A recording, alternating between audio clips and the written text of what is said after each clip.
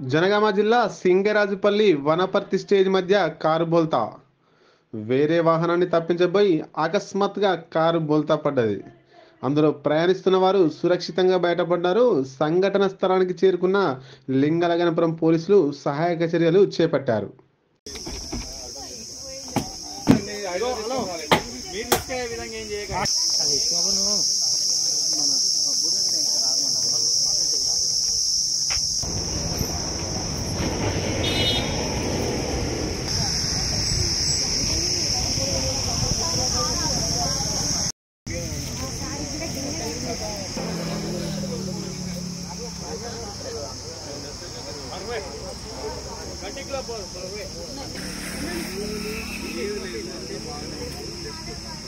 మరిన్ని వార్తల అప్డేట్ కోసం జనం టీవీ తెలుగుని సబ్స్క్రైబ్ చేసి లైక్, షేర్ మరియు కామెంట్ చేయండి.